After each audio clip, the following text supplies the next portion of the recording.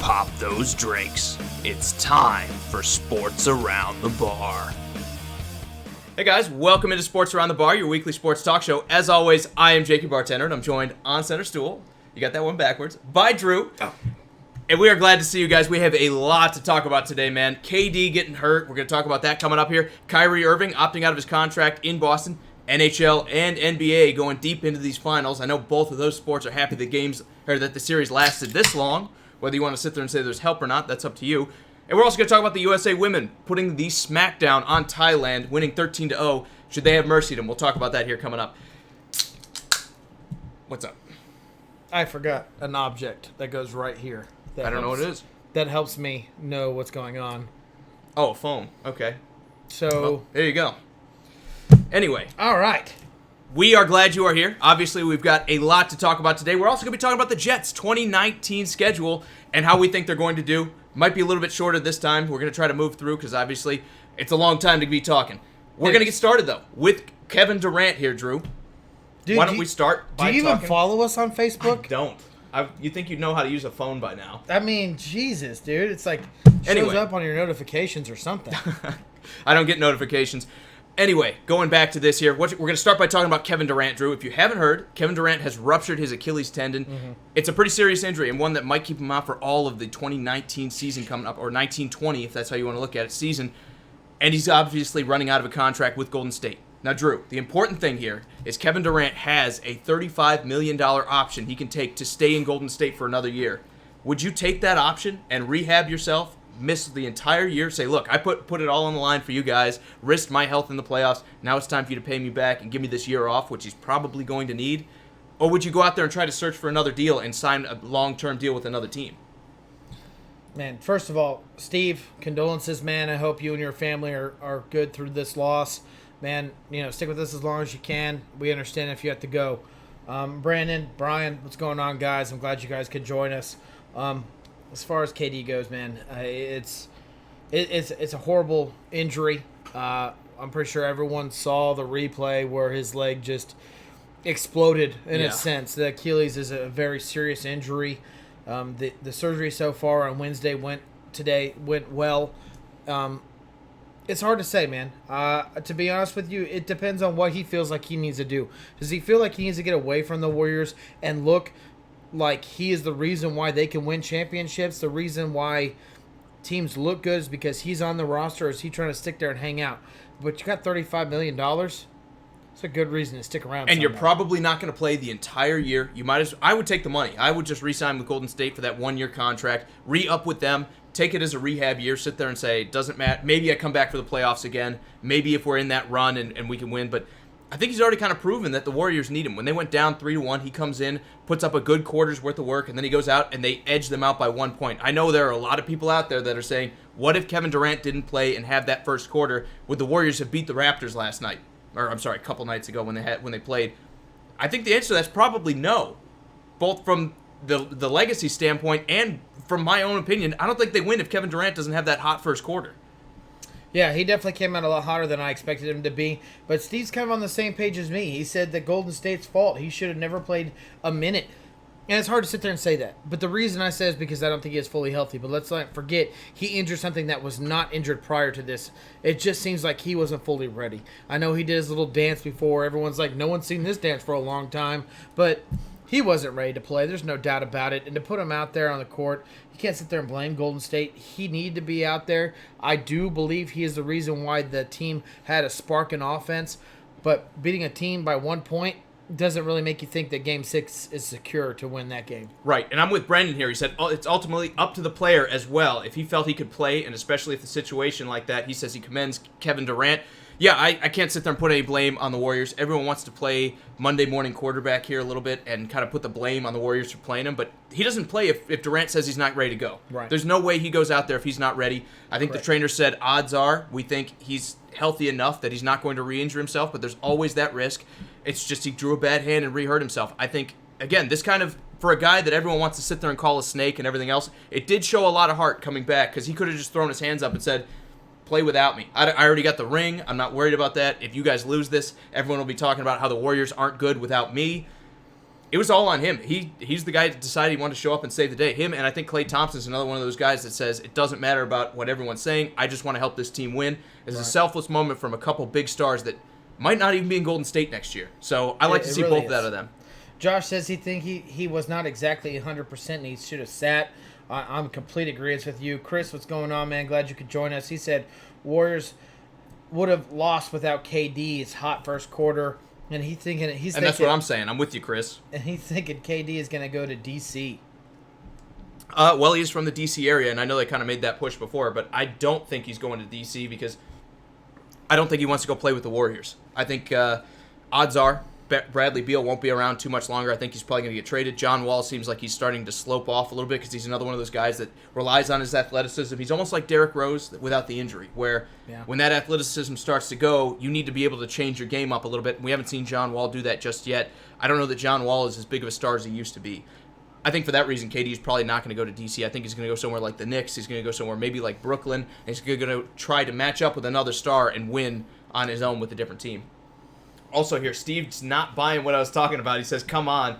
I just lost the comment. He says, it was definitely an Achilles injury. They weren't being totally honest. And maybe they weren't. But the fact of the matter is, if Kevin Durant said, I'm not playing this game, there's no way the Warriors could have forced him out in the court. I think a lot of it was on Kevin Durant's side of the court. And the Warriors said, you know what? He said he's good to go. We'll give him the shot. Yeah, no, I think it was my comment that he was saying it was still a lower calf injury. It probably could have been pulling on that Achilles, but I mean, let's just be honest. It wasn't the Achilles. The Achilles wasn't strained. If it was the case, he never would have gone out there. I'm telling you, the Achilles is something that no one messes around with. Look at Eric Berry when you look at him and what he had to go through this whole last year. They don't play around with these attendants. Those are very serious. It requires surgery. It's very a long process of healing.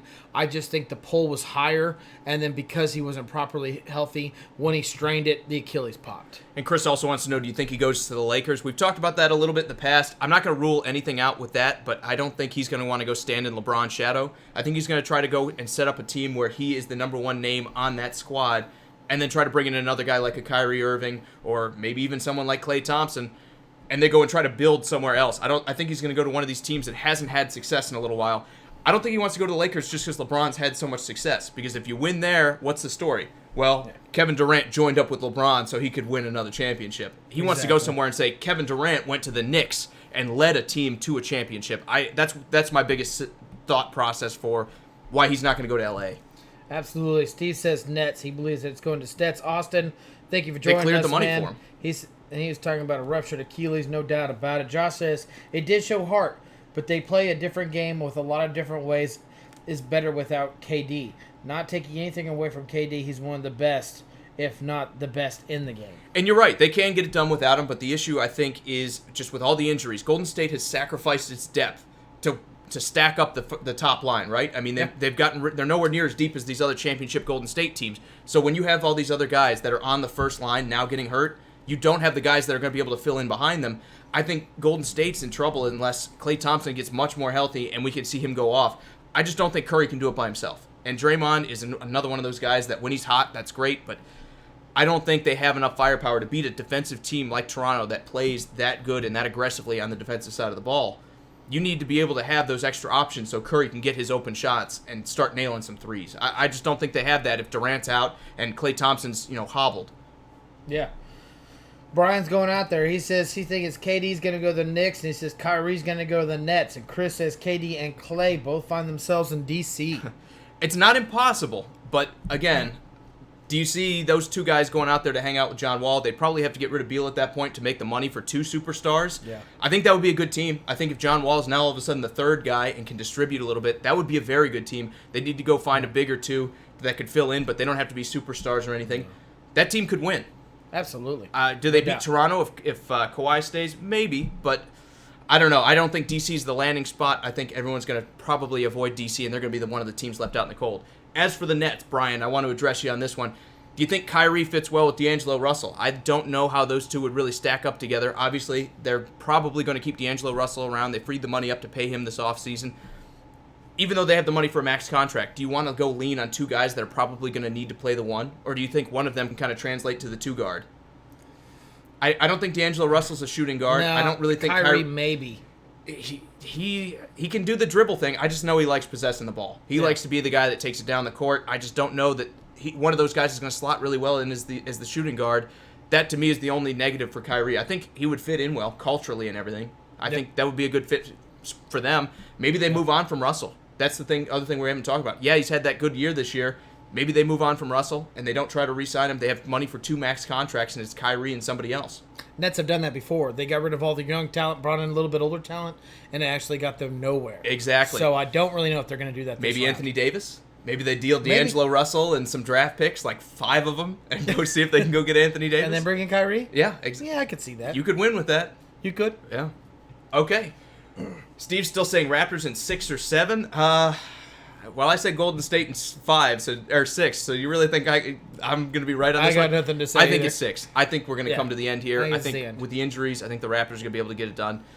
Minus Klay Thompson going off. If not, they probably win Game 7 at home. I think that stadium is going to be absolutely crazy. If Klay Thomas goes off, I could see them getting. I could see him going to Game 7. I agree. Can see it. I agree. But they're going to need somebody that's it's not going to be Curry someone or besides Draymond. Curry. Yeah, exactly. Right. Yep. Because all the attention is going to be on those guys. All right, let's talk about Kyrie really quick. I know we've kind of touched on it for a little bit. Why don't we go a little bit deeper in, because obviously he opted out of his $21 million contract with Boston, or his option with Boston. So he's going to be a free agent. Is there any chance he goes back to the Celtics? Yeah. Depends on the Celtics that think he's worth it or not. First thing I got to say is, how do you give up on $21 million? If you're going to go make 22 somewhere else? I know, but just how do you do it? It's got to be tough. I mean, I imagine at least runs through your mind. Ever, I'm sure when he pulls up his bank account, he's like, yeah, I can pass on it. I'm not worried about it. It really depends on if the Knicks think he's worth it. I mean, to be honest with you, the Knicks went further last year than they did this year with him. So maybe they're thinking he's kind of just an expendable piece. Even though he's the one that decided to not be with the Knicks, is he worth more than $21 million a year for him?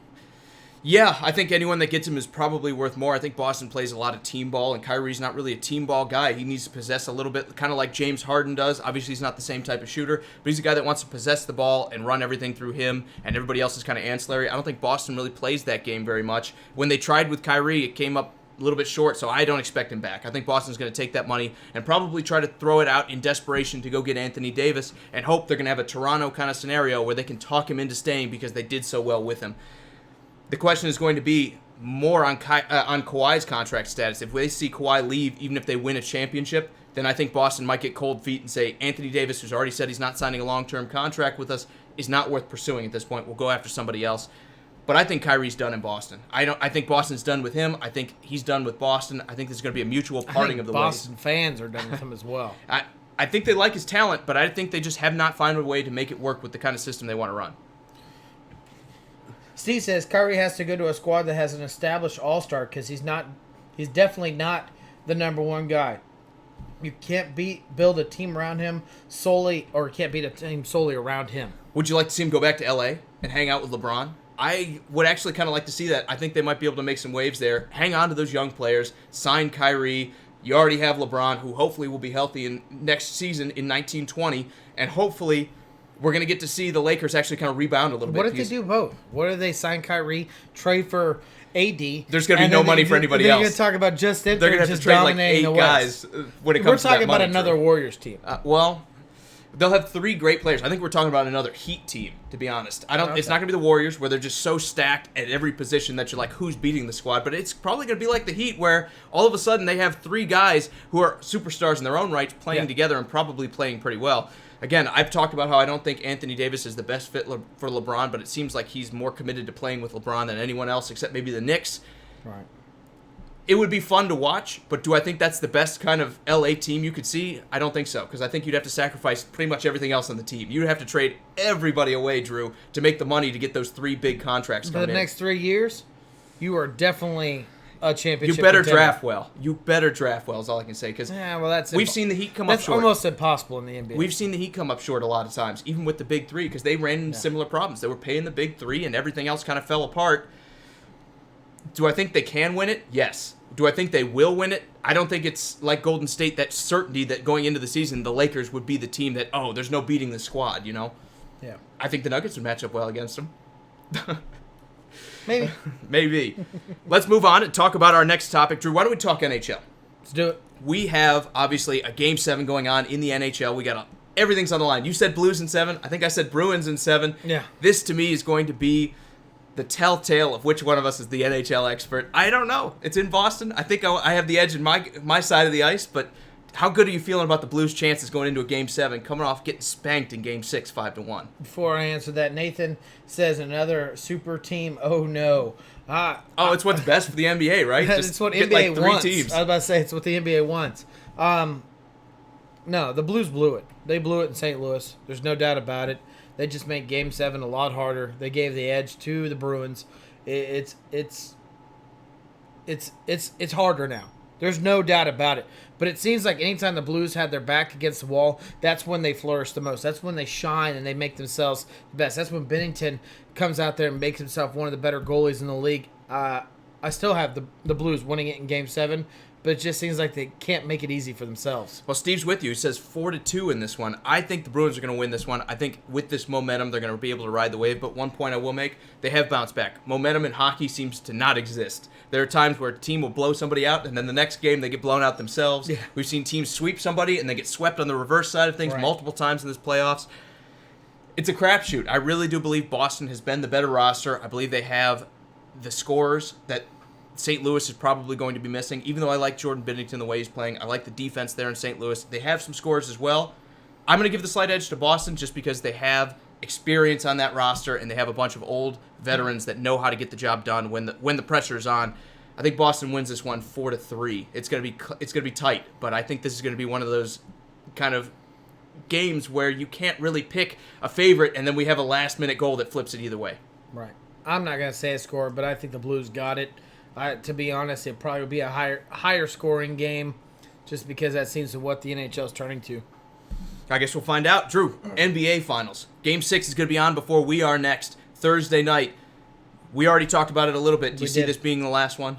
Yeah. I honestly really do. I think it's just the KD factor. It's the fact that the team got excited. They got their best scorer back. They got the guy that was the reason their offense did so well. Not that any of those players cannot score the ball. It's just the fact that he was the number one guy. Bringing him back in just for that short period of time gave that team a boost. But let's not forget, they only won by 1 point. Yep. This Raptors team are kind of mad they didn't get a win in front of their home field advantage. And they're not going to give the Warriors another game to become anywhere closer to getting another ring. This is the Raptors season. Everything has fallen into place. Injuries bearing. I mean, there should be absolutely no reason why the Raptors can't win Game 6. I have one reason for you. The cheering of the crowd in Toronto when KD hurt himself. I think the Warriors are going to be fired up. I think this kind of turned everybody against these Toronto fans a little bit because they sat there and cheered when KD got hurt again. Not all of them. Not all of them, okay, but the vast majority. There were a lot of Drake cheers. won an Oscar. Yes, I saw that. He was concerned and threw his hands up in the air and said no. You swear somebody shot him or something like that. I mean, absolutely. He was concerned as an actor. And to be fair, that is true. But if you sat there and watched the game I was watching, Drew, there were a lot of cheers from those Toronto fans. That's going to rub Golden State fans the wrong way, right? It's shameful. Especially for injury. That is going to rub people the wrong way. I think Golden State is going to be incredibly loud. I think that home court advantage is going to be as best as you're going to get out of Golden State. I still think Toronto wins. I think they win by a couple points. I think the defense is too much, man. I really do. I think we're done in 6 here. Klay Thomas and Stephen Curry both have to be close to 40 points each with a Draymond Green triple-double. I agree. Let's round out our last topic here. The USA women laying the smackdown to Thailand, 13-0. A lot of people came out and cried about it, saying, you should have eased off of them. You should have stopped scoring goals. Drew, is it right to keep the pedal to the metal? Bill Belichick style? I know he was happy watching that. You want to know why? Because I'm a Chiefs fan and I have Andy Reid coaching my football team. I'm going to cut it easy on this team that's only 20 points ahead of me. No, I don't blame a team that... What do you tell your players? Do as best you can, but don't score. No, you don't tell them that. Even if it was a second squad, if soccer could pull out all of its starters and put in its backups, you still don't tell them don't score. It's unfortunate for Thailand. It absolutely is. And maybe the goalie will get hung by her neck. I hope not. But you know what I'm getting at is It's women's soccer. I don't think they're that concerned about it. If it was men's, you're probably right. At least with women's soccer. I don't wish any evil upon her, but I'm just saying it's something that you just have to live with as a professional sports player. Would you want someone to take it easy on you? If they're up 8-0, would you want them to just pass the ball around? I mean, remember, wasting time is a legitimate strategy in soccer. There is such a thing as keep away. As a Chiefs fan, I saw the largest deficit in a playoff game be lost to the Colts against my team. And to be honest with you, I will say never to hold back when it becomes a professional sport. I absolutely agree, man. The women, I like the killer instinct. You never know. They could come back from 8-0. They're not going to, but you never know. You might as well keep the killer instinct. You might as well play to win the game. I like the women staying aggressive here, and I do believe it's disrespectful to sit there and say, we're good enough, we don't need to try hard against you anymore, we're just going to waste time. If you're doing it as a strategy because you're worried about giving the ball up, obviously it's a big strategy in soccer. If you're doing it as a strategy, I'm okay with it, but they should not have sat there and said, we're up by 5, 6, 7 goals. It's time to just pass around in the back half of our field. I'm okay with it. Plus, it's probably more entertainment than a lot of women's soccer games wind up giving us. So I'm definitely okay with the women going out there and just blowing somebody out. It sucks to be on Thailand, but do better. Stop them, right? That's the moral of the story. You're 100% right. Going back to the injury to KD, Josh says, got to hand to the players that were trying to hush the rude crowd in Toronto. So disrespectful finals or not. I agree. I absolutely think that was the one show of class, but our Warriors fans going to remember that the Toronto players were trying to hush them? No, they're going to remember because they were watching at home all those cheers when KD got hurt. Yeah. This is going to be loud. They're going to be... I'm not going to say it's the same as when they were shoving Kyle Lowry in the stands, but they are going to do everything they can to disrupt this Toronto team because, again, that's still your guy. And when you get your guy hurt and everyone's cheering over the fact that he got hurt in a game, not that he's doing bad because he got hurt, there are going to be bad feelings at Oracle Arena out there on the West Coast, man. I wonder what's going to happen. I wonder if we're going to see fights. I wonder if we're going to see anything like that. This has been a pretty chippy series when you look at the fans and their involvement. Man, I've had many of my teams in really tough situations where I want their best player of the opposing team to go down in injury. And it's happened one time, and it shames me to say it, but when Scott Bernard, a Chiefs safety, strong safety, took Tom Brady out for the rest of the season, I cheered. That's just because I didn't want that guy to win against my team. That being said, it is disrespectful. You don't want anyone to be hurt.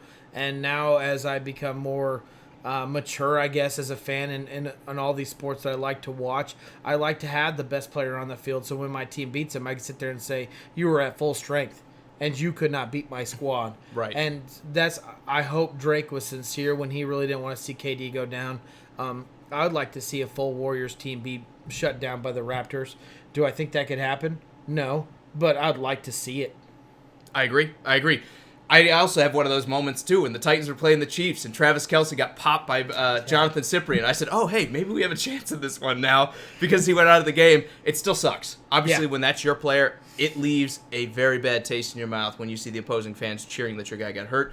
I can't wait to see what Game 6 looks like in Oracle Arena. Do I think they're going to have enough even to go on the road at Game 7? No. But they may grab Game 6 because the fans are going to be able to disrupt Toronto a little bit.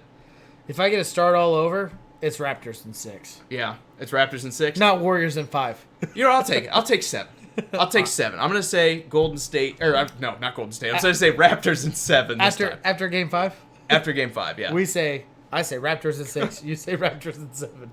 Fair enough. Why don't we move on to the Jets here, Drew? Obviously, I know we want to talk football because we've only got, fewer than 100 days now, probably 95 days till the season starts. We're going to preview their 2019 season and talk about how we think the New York Jets are going to be able to finish. It wasn't a great year last year. We picked them to win 6 games. They wound up disappointing us still and only won 4. Do you see a better result this year? Well, a better result in what they got? Possibly, because honestly, all they've done is gotten better. And I don't sit there and say by strides and steps. This team has slowly stepped its way into better. And one of the best things they did was bring in Le'Veon Bell. And they drafted well in Quinnen Williams off of that first pick that I really liked that they did. They added in pieces where you go, okay, they're improving there. They brought in C.J. Mosley. Maybe they overpaid for him. Okay, they did. They overpaid for him. But when you look at all these pieces, you go, at least they're adding. But the question is, did they add in the right spots? Because what do they not have? They did not have a run game. So they brought in Le'Veon Bell. Great. That was a great addition. He didn't have the offensive line like he does with the Steelers. He's not going to be able to do that stutter step move, that kind of hesitation move. He's going to have to change his game up a little bit because this offensive line is nowhere near what the Steelers had. What else did they not have? A receiving core that makes you go, oh man, you got to be scared of these guys. They had Robbie Anderson. They had Quincy Enunwa, which both those guys have gotten money now. And you go, why? What have they done that makes you go, oh, that guy's great? They brought in Jamison Crowder, which, by the way, I'm huge on this guy. I think he's really good, but he's really good at a number 3 position in a squad that has a really great number 1 and 2. Well, come on, they got great receivers. Robbie Anderson's a number 1. They have Quincy Enunwa to play the 2, and now you got Jamison Crowder's the 3.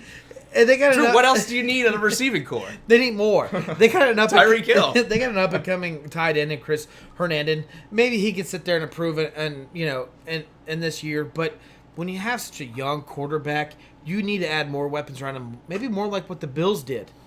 What also they needed, instead of interior defensive linemen, was edge rushers. And that's why I was kind of interested to see them wait until the 3rd round and draft Ja'Kai Polite, who had that first-round talent. Then all of a sudden he goes to the combine, and he had a really bad combine, had a really bad pro day where everything's controlled. And everyone's like, maybe this guy, who had one great year at Florida, is not as good as we thought he was. They added him to this roster in the 3rd round, which I'm okay with. I'm okay with rolling the dice that late in the draft. But it's interesting to see when it could have been Josh Allen at the top of the draft instead of Quinnen Williams. They instead chose to go with the guy they viewed as the better player. And I agree. I think on paper, Quinnen Williams is the better player instead of drafting for need. That's what good teams do. This might be the turning point for the Jets, even though they fired McCagnon, who made these decisions. Interesting to see. I like to see Quinnen Williams come in there, but they still need more help on the edge. And I think that's going to set this defense back a little bit in 2019. I honestly view Quinnen Williams as the best player in this draft. If they sit there and put him right next to Leonard Williams, I think this is going to be one of the best defensive tackle duos in the NFL. If it's not this year, it'll be the next year. I think Quinnen Williams will not lose a step. You got to think about what he followed behind. He followed behind Rashawn, I can't think of the tackle that just came out last year for the Redskins or the 1 year before that because I just blanked out on both of them. Jonathan Allen and the other Alabama defensive tackle. LaRon Payne. Did I get that right? I think so. Yeah, but both those guys. You got to think, there's both number 1 talents both years before he got there. And he sat there and waited until his junior year and then dominated. It's like the Alabama defense never lost a step. This guy is one of the better tackles to come out in a draft in a long time. You need a beer. And I honestly think they made the right decision. Yeah, could they use a pass rusher? Absolutely they could have. And obviously we all know they don't have a 2nd-round pick because they went out and got Sam Darnold last year. But Polite might have been the best move they could have done in round 3. And Brian said Payne. I was right on that. Again, I was having a little bit of a brain fart. But yes, Alabama's had 3 defensive tackles go in the 1st round this year. Quinnen Williams is one of those guys. He might be the best. Exactly. When he came out, everyone's like, it's over. This was the guy that Nick Saban sat behind these other guys like Allen and Payne and said, we're going to sit there and wait for that, to let him play. And then he comes in, and Alabama's defense did not skip a beat. This guy was the heart and soul of the run defense of the front 7. And more than that, he can rush the passer for a guy that size. He is the most complete defensive tackle. He might be the best player in the draft on paper. The question is going to be, are the Jets going to be able to do enough with the stars they have? They brought in C.J. Mosley. They brought in Quinnen Williams, who's going to be a star, I believe. And then they brought in Le'Veon Bell. They need a lot of other positions. They did not really address those other positions very much. Instead of bringing in a host of players that are all good and can work well as a team, they brought in superstars who are hopefully going to make everybody else look good around them. Right. I still think they're going to struggle. But we'll talk about that here. It starts with the first couple weeks here, Drew. Let's talk about these first 3 games because they have the Bills, the Browns, and the Patriots before they go on bye week 4. They get the Bills at home, they get the Browns at home, and then they got to go on the road to play the Patriots. For our first 3 games, that's not exactly the way you want to start. Patriots and Super Bowl winning, soon to be anyway, Browns, that's tough. And another division rival in the Bills. I actually see this being as one of their hotter weeks in this season because they're getting a fresh Le'Veon Bell. Let's not forget, he has not touched the field since 2017. You got fresh legs. Maybe all his success was because they played with the Steelers. He played in a system that had Ben Roethlisberger and Antonio Brown. He sat behind above average line that the Steelers processed in front of them, and he could do whatever he wanted. He could do the hesitation step. He could sit back there and wait and then poke through the hole. But I actually see these first 3 weeks as one of the better weeks for the Jets to start their season. I agree. I think they're going to be able to beat the Bills week 1. I think the Browns will be a loss. This will be kind of a bounce-back game for Cleveland. I think they just have too much talent, regardless of not being able to play together or still learning each other and how each other play. I think they're going to have too much talent for the Jets, but they're going to beat the Patriots on the road in week 3. Do you know why? One key suspension in my book here, Drew. Benjamin Watson, the 38-year-old tight end. I know you're saying I'm crazy, man. But this is going to be a key weapon. This will be the first time in a long time Tom Brady has not had a reliable tight end. Dwayne Allen is gone. They've lost Rob Gronkowski. Now Watson is suspended and Austin Seferian-Jenkins is cut. They're going to have a number of no-name tight ends out there who are not going to be able to do what the Patriots are asking of their tight ends. Tom Brady is going to be stretched to find targets. Guys like N'Keal Harry have not been working with him very long. He is going to be in trouble trying to find guys. The Jets are going to be able to focus in on Julian Edelman, and they're going to be able to take him out of the game, I think. When he is the only weapon they have, they're going to be able to make, in the receiving game at least, they're going to be able to make that limit the amount of damage they're going to do to them. On top of it, what are the Jets focused on getting better on? Stopping running backs. C.J. Mosley in coverage will shut down whether it's James White or at least limit James White or their rookie out of Georgia, whose name I'm drawing a blank on. Running back for the Patriots. I forgot. First round pick. He's good, and I can't think of his name. Sony Michel? Yes, thank you. Sony Michel. C.J. Mosley should do well to stop both of those guys. I think the Jets are a tough matchup early on for the Patriots. Yeah, and guys, I appreciate you kind of figuring it all out. Brian's got a win, a loss, and a loss. Steve has a loss and a loss. All the way across the board. Tough start for the Jets. Let me just remind you guys, the Jets are one of those teams that always seem to come out the gates firing. It seems they always know how to figure out how to win a couple of games that they shouldn't win. And that's the reason why I look at these first 3 weeks and I go, they could win this game. These additions with Le'Veon Bell and C.J. Mosley and Jamison Crowder and Osemele and Brian Poole, these are great additions to a team that was struggling to find solid players. And not only did they get solid players, they did get some all-stars in these positions they were struggling at. Yeah, I don't like their additions at free agency. I don't really like the bringing back Robbie Anderson. Quincy Enunwa, I don't really mind that extension on his contract, but is he really a number one receiver? Probably not. They probably should have focused somewhere else, but they decided not to. They're going to fully rely on Sam Darnold. But when you look at these 3 games, you look at the Bills' defense, which is going to be tough. You look at the Browns' defense, that's going to be tough. And you look at the Patriots' defense, that are going to be tough. All 3 of those offenses have a bit of a question mark because they don't have all their players right off the bat. They're not all sitting there going through free or training camp and have everyone with them. You got Mayfield and OBJ deciding if they're gonna relate with each other or not on the field. You got Tom Brady not having a tight end. You got the Bills and all their new additions. I'd like to think that someone like Bell and Jamison Crowder can absolutely help Sam Darnold develop properly. Because when you look at Sam Darnold, what he did in 13 games, it seems like it might be a little bit better than most other quarterbacks being a rookie in 13. And Brian says Brady will use his running back core to cover and make up for Benjamin Watson not being there. I agree, and there are a lot of games where I think that'll work for them early on, but the problem is going to be when they match up with a team like the Jets that have been so focused on being good at stopping the run. And now they brought in a guy like C.J. Mosley who's going to be able to shut down the running backs, or at least limit them in significant passing plays. You're not going to see 120 yards receiving out of this Patriots running backs when you've got a guy like C.J. Mosley out there who I think is going to get worked hard in this game, but he's going to be there to take those guys away. So unless they do something like a 2 running back set, and it's the Patriots, they're creative, right? Unless they put both those guys in the field at once, C.J. Mosley is going to take one of those guys, maybe not all the way out of the game, but essentially you're not going to be able to lean on him the way Tom Brady has leaned on them in the past. I honestly fully believe in what Adam Gase is doing and what he's bringing around this young quarterback. I think he's going to get the most out of Sam Darnold. And like I was trying to get at, and I'm just getting my point across, is the addition of these all-stars. We look at Bell and Mosley, we'll get the best out of this offense and we'll get the best out of this defense. Does it change the team to make them fully better like a playoff team? No, but it's in the right direction to make them better. One more final point here on the Patriots game. I know that's probably the hardest sell for you guys because everyone else has this down as a loss. They're going to have a hard time stopping Le'Veon Bell. Trey Flowers is gone. I know they brought in Martellus Bennett to make up for that, but I don't think Martellus Bennett is going to be as effective stopping the run as Trey Flowers was last year.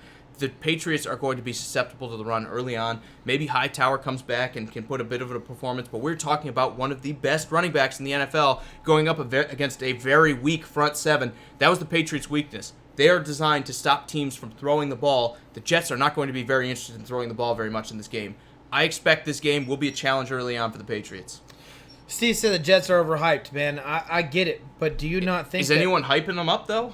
I mean, I don't know about that. I get it, because the additions of Le'Veon Bell and C.J. Mosley. But I'm telling you right now, Steve, Bell alone gives his team 2 extra wins this year. And you look at the 4-12 record last year, that's 6 wins. I'm just throwing that out there. So just to recap what we did week 1 through 3, we'd actually see it as a 2-1. We actually see them winning that Patriots game, but unfortunately for them, the NFL schedule gods did not favor them, and they go onto a bye week in week 4 after they just won their Super Bowl game in week 3 against the Patriots. Then things get tough, Drew. Let's talk about the next set of games. Listen to this. On the road at the Eagles. Then you get the Cowboys at home. Then you get the Patriots again, and then you have to go on the road to Jacksonville after the Patriots just got done kicking the crap out of you. On a Monday night. And then they're going to round out by playing the Dolphins on the road after that. That's a tough setup, man. Until you get to the Dolphins, there's not one of these games that I'm looking at and I'm saying that is a matchup I want my team to be playing early in the season when they're looking for wins. Steve says, but he hasn't played in over a year and there'll be rust. He's talking about Le'Veon Bell. But this is week 3. Hopefully by then they've knocked some of the rust off. I said, yeah, I was just about to say, I was like, Bell will... I get it, man. I fully get it. I understand exactly what you're saying, but think about the last 4 years when you were drafting your fantasy draft and you were hoping for that number 1 or 2 pick. Guess who you were probably drafting? Le'Veon Bell.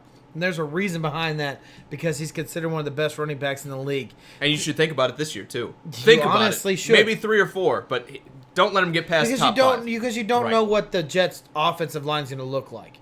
You honestly don't. They're not the Steelers' offensive line. Let's be completely honest. And it's not Ben Roethlisberger throwing the ball behind him. But when you think about what Le'Veon Bell brings to any kind of offense, it's not only just rushing the ball, it's also receiving. So if you sit there and bring 7 into the box, guess what Le'Veon Bell's doing? He's hesitating and then going out, and then he's open, and the last people he's got to break a tackle on is the safety and corner. That's what no defense wants to see. Absolutely, I agree. I think this is going to be an interesting matchup, even though it sounds like the Jets were not thrilled about signing him when McCagnon did it. Adam Gase reportedly does not like Le'Veon Bell and putting that much money to a running back. He's more of the Moneyball kind of perspective of football, that running backs are not valuable tools. You don't pay them a lot of money because they're interchangeable. We're going to find out a lot about that when Le'Veon Bell plays in 2019, because if he comes out and he has another year like he had with the Steelers, we're going to be saying running backs finally are worth the money. We've seen a bit of a resurgence. Guys like Todd Gurley and Ezekiel Elliott going at the top of drafts have kind of proven teams wrong. The question is going to be, for me, are the Jets going to be able to reciprocate that and show that Le'Veon Bell is worth more than just the team around him? Now here really quick, Brian says, as long as Bell stayed in shape last year, he thinks he's going to be successful.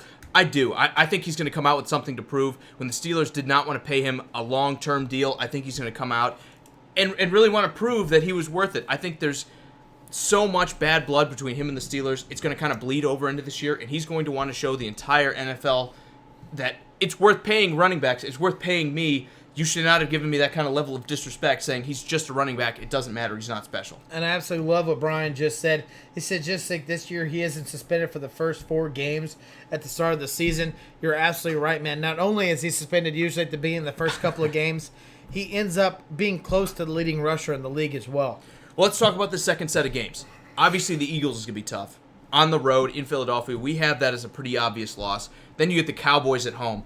Talk about 2 physical defenses, man. Sam Darnold, this is going to be one of the crucibles for him for this season. He's going to have to play a lot of defenses that are good at getting after him, and we don't think the Jets have a good enough offensive line to protect him. Yeah. He's going to be eating a lot of turf. Is he able to get up and keep making good plays after he gets rattled and thrown off his mound and running for his life, or is he going to fold? Because that is the biggest question for a quarterback in the NFL. Can you bounce back from failure? I think so far, Sam Darnold showed he can do a pretty good job of that. The back half of last year was an example. He needs to grow in year 2, and this is going to be the kind of games that you're going to have to grow from. These are growing games, Drew. You're not good enough to beat these teams. There's no doubt about it. And the reason why we put all these 5 games together is because the first 3 are just almost impossible for this team to win. Not only are you facing the Eagles and the Cowboys, in week 7 you're facing the Patriots again. And if in our schedule we had them lose or winning against the Patriots in week 3, and when the Patriots have a chance to reevaluate what they did on Monday night, it's a struggle. And then you're sitting on Monday night and you're having a short week and you're facing one of the best defenses in the league if they could put it all back together in the Jaguars, which is a big if. That's going to be another tough game.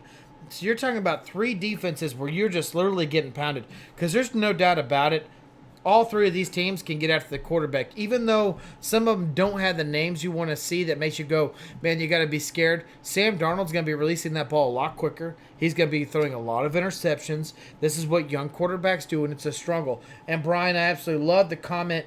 He says Bell will lead the league in all-purpose yards. I don't doubt it, because at some point in time, when Sam Darnold's getting all that pressure put on him, he is going to have to release that ball early. And there's only 2 options usually when the ball is being released early, and that's a tight end and that's a running back. And when you have Herndon, which I think Chris Herndon is becoming an up-and-coming tight end to be an average tight end in the league, or you have Le'Veon Bell, who's one of the best. If you miss on tight ends, in fantasy anyway, and you're at the bottom, look for Chris Herndon, because I think he's going to have another year where he's able to make an impact. I'm with you on that. I like him as a sleeper kind of pick for tight end in both fantasy and for the NFL. I think he's one of those guys that flies under the radar. He doesn't have the name yet, but we saw a good rookie year out of a tight end, which is very hard that's a very difficult feat for anyone to accomplish. Yeah. And they did not address the position, which means the Jets believe in this Believe guy, in him, or absolutely. at the very least don't believe enough in replacing him to go out and find somebody else. I think at the very least 2019 will be good to Chris Herndon. Absolutely, and there's no doubt about it. This offensive line is nowhere what they wanted it to be, so that means he's going to be releasing that ball. Or don't get me wrong, Anunwa, Anderson, Crowder, they're all going to be doing a lot of short routes until they can finally get that running game flowing. But until that happens, expect a lot of these tight ends and running backs to receive the ball quite often. I just don't know, looking at the Eagles, looking at the Cowboys, can they beat teams like this after taking 3 huge losses? Because we see them all as losses, and they finally get a little bit of leeway against the Jaguars and Dolphins. Do they make up ground? Well, Steve's in on him. Steve has them losing the first 3 games against Eagles, Cowboys, Patriots, but he says they can bounce back against the Jaguars and win that game. He says they can beat the Dolphins on the road. The problem is both of those games, after you've been punished by those bad defenses and then had to play a team like the Patriots, are on the road. And I think that's going to kind of play into why they're losing some of these games. On top of it, Miami's a division rival. You've just been beat up by 3 great defenses in the Cowboys, Eagles, and Jaguars. The Patriots are always a tough matchup for the Jets. I look at the schedule, man. They're going to lose against the Dolphins, too. This is the kind of the pounding that a team can't take and have a week 4 bye. They're going to be exhausted by the back half of the season. Brian and Steve are on the same page. They're saying loss, win, win. So everyone's kind of seeing that as the opposite of what we saw at the very back end. But we look at it as the Jaguars and the Dolphins. Those are both up-and-coming teams. You look at the Jaguars, they bring in Nick Foles. There's no doubt about it. Nick Foles is a better quarterback than Sam Darnold at this point in time. But Blake Bortles. Sorry. Sam Darnold. I thought you were saying he was improving. Never mind. Sorry. I know, Keep going. It's okay. You were right. And there's no doubt about it that he is better than Sam Darnold in that position. And if that Jaguars defense can be anywhere near what it's supposed to be, on paper, you're talking about a really good defense that Sam Darnold's going to struggle against. And then you look at the Dolphins.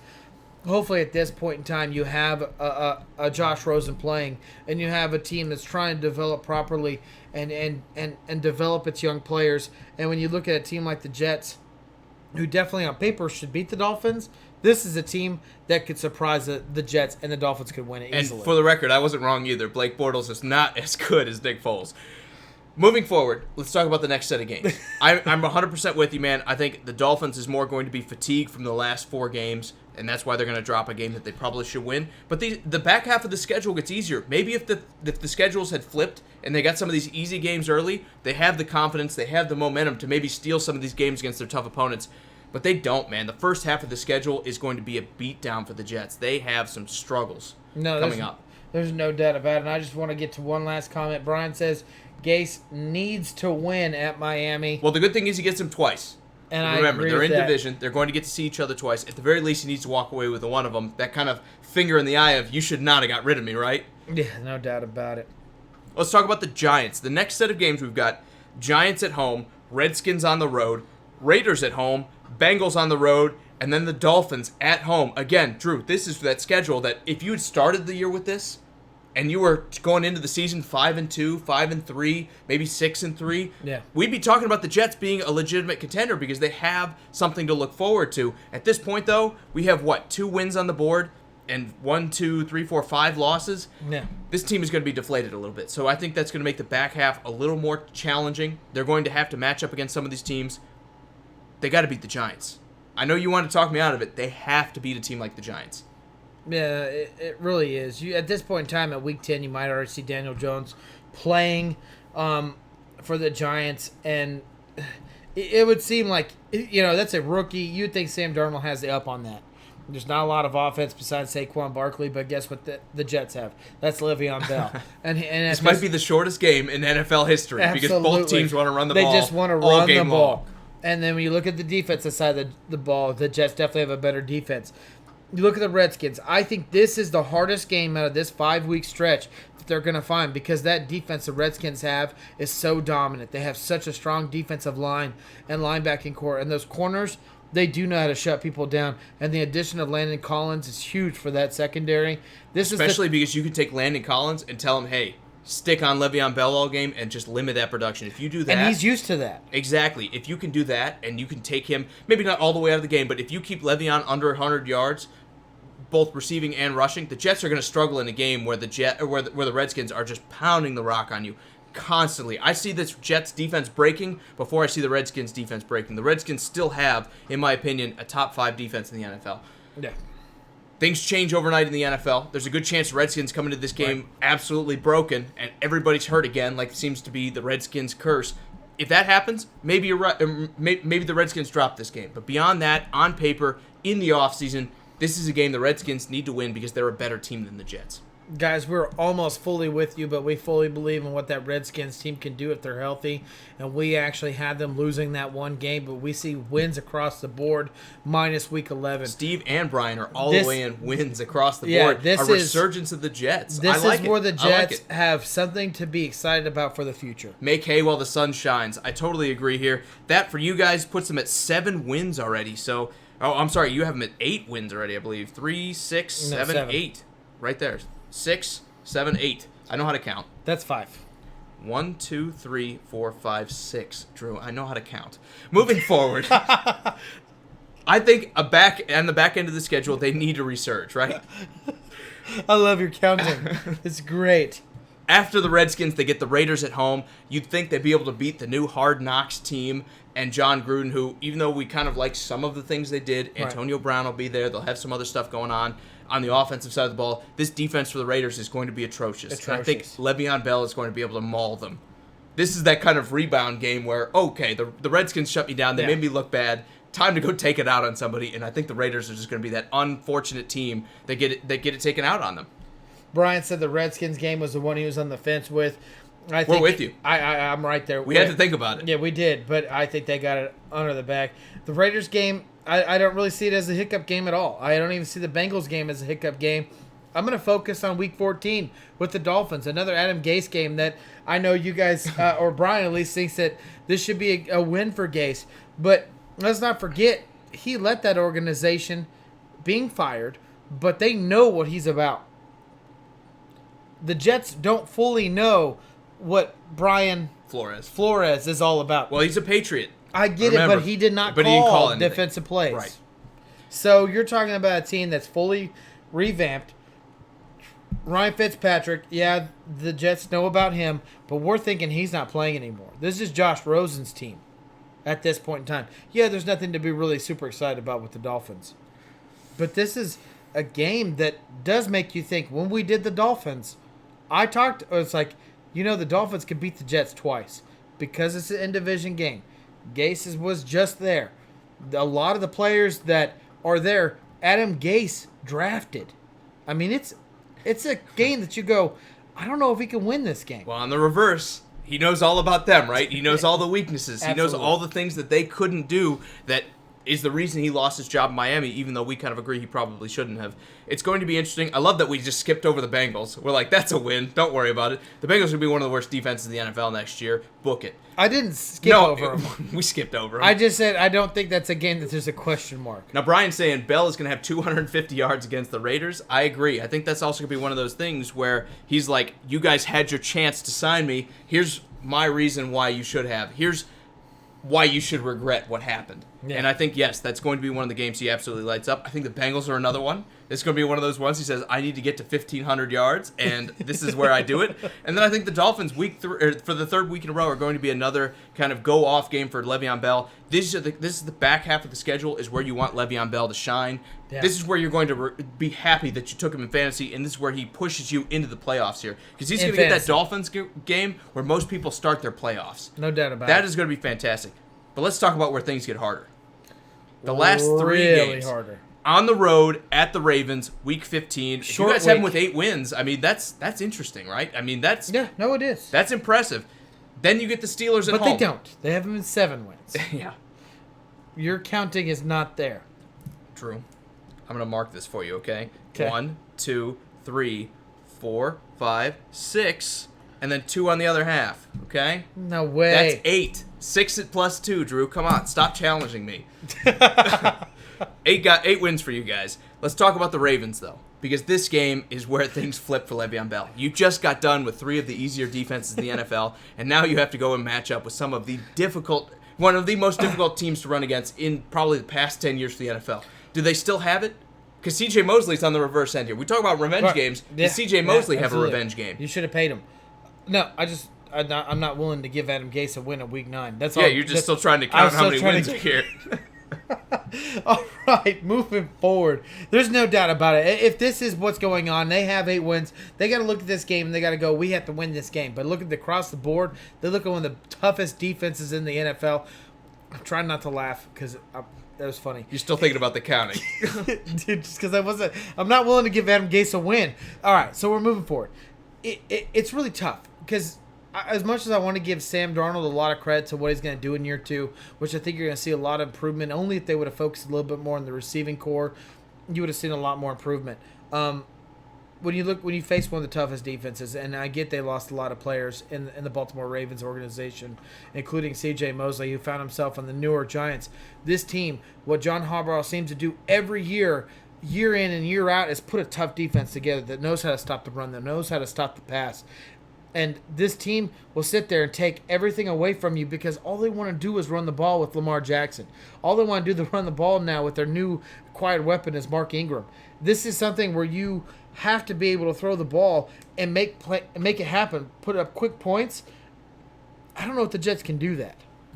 Well, my point is here, I think this is going to come down to what is the record and who wants this game more than the other team. I think the Ravens at this point will probably be in playoff contention, whether they're leading the division, trailing the Browns, trailing the Steelers. Let's face it, they're not trailing the Bengals.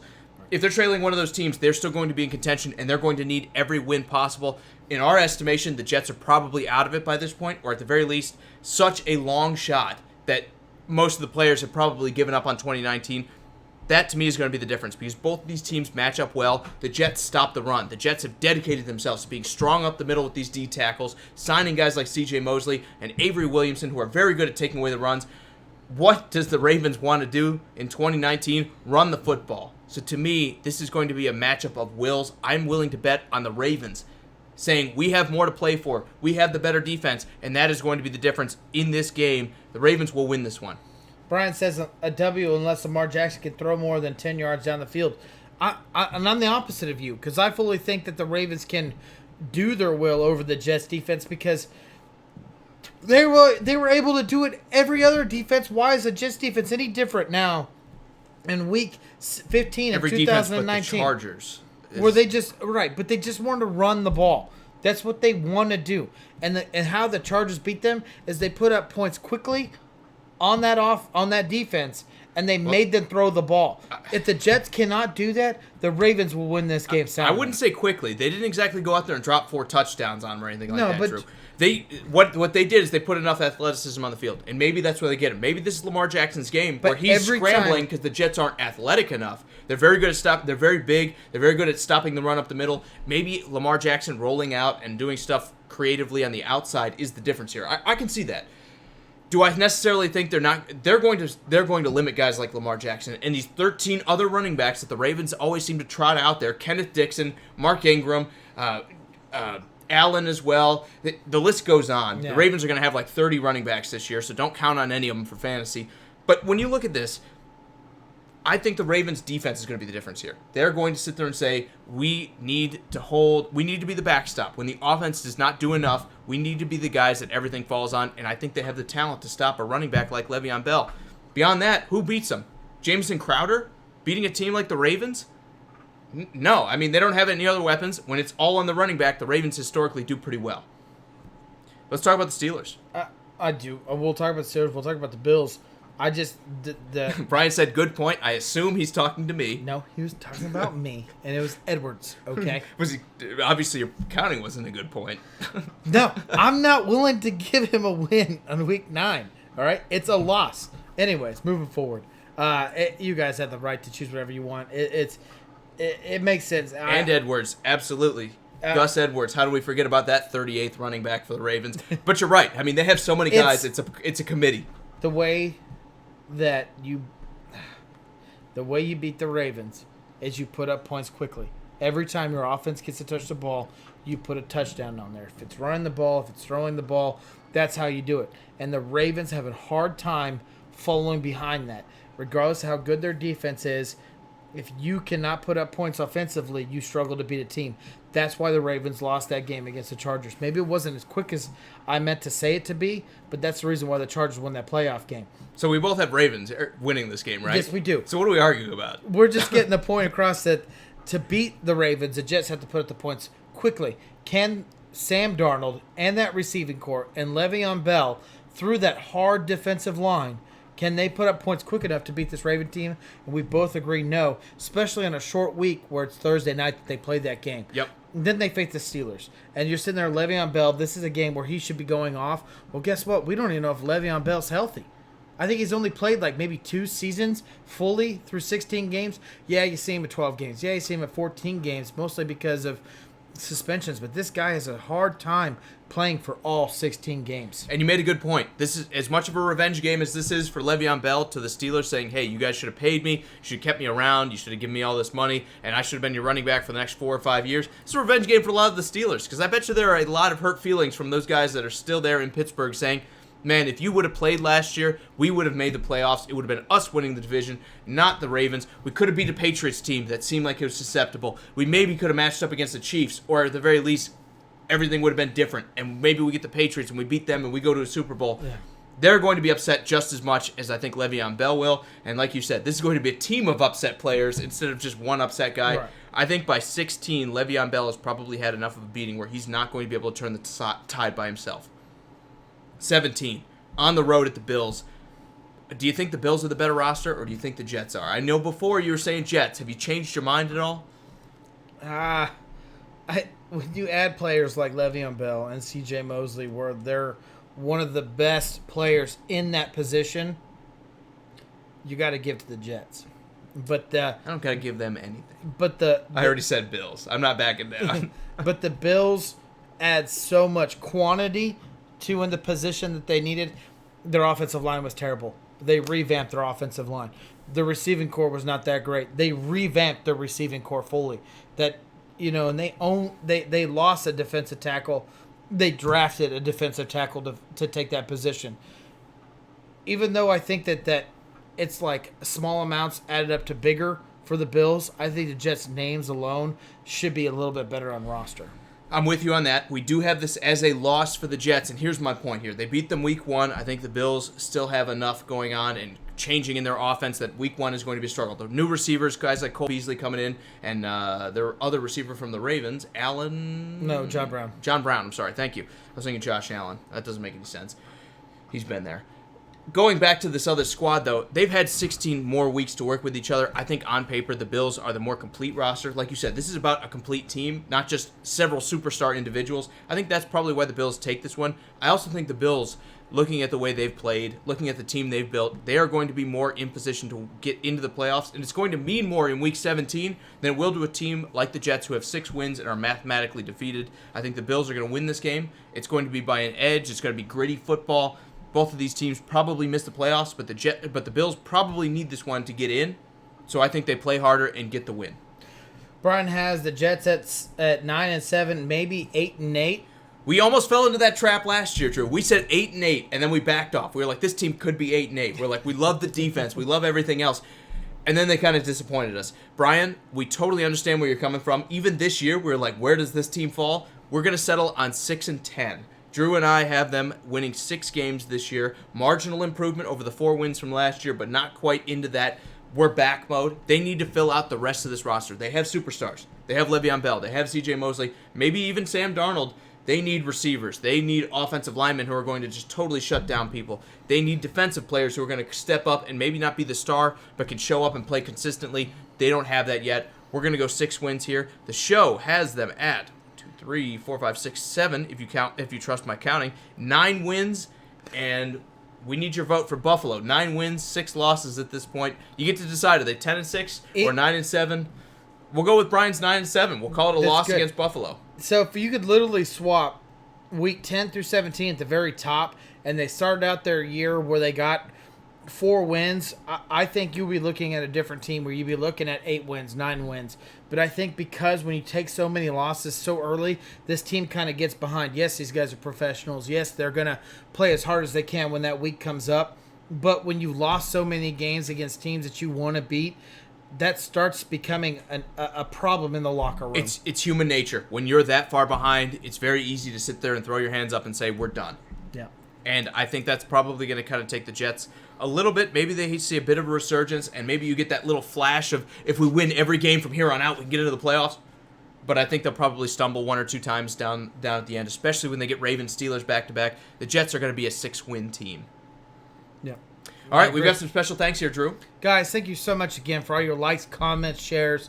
Help us beat Facebook algorithm. It's so important to us to have this show with you guys, and why we do it every other day pretty much. 3 shows a week. We absolutely love talking sports with you guys. But real quick, Brandon, Steve, Brian, Josh, Chris, Austin, and Nathan, you guys are all awesome. Thank you so much. And let me give a special thanks to Brian. We knew you were in here at the beginning. We know you stuck all the way with us, man. It was 45 minutes tonight. We appreciate every one of them, Brian. You're awesome. Thank you so much. Thank each and every one of you as well. Even if you made a quick stop, we're glad to see you. Even if you didn't say anything, we're also glad to see you, kind of waiting in the wings. Don't be afraid to talk to us, because we want to talk to you. I know it's a bit of a hassle. You have to put up with Drew and everything he has to say, but I do, so you might as well. Even worse than that, you have to put up with me. So, guys, for Sports Around the Bar, thank you so much. Again, we will see you on Friday. We'll be back to talk everything sports and everything going on as well. Maybe things will look a little bit different. Hopefully, if I get the graphics figured out. It's been a fun show. We hope to see you again on Friday. Yep, guys, thank you so much again. And thank you, Austin. We know you've stuck around in the past as well. For Sports Around the Bar, I'm Drew. This is Jake, and we will see you later. See you on Friday.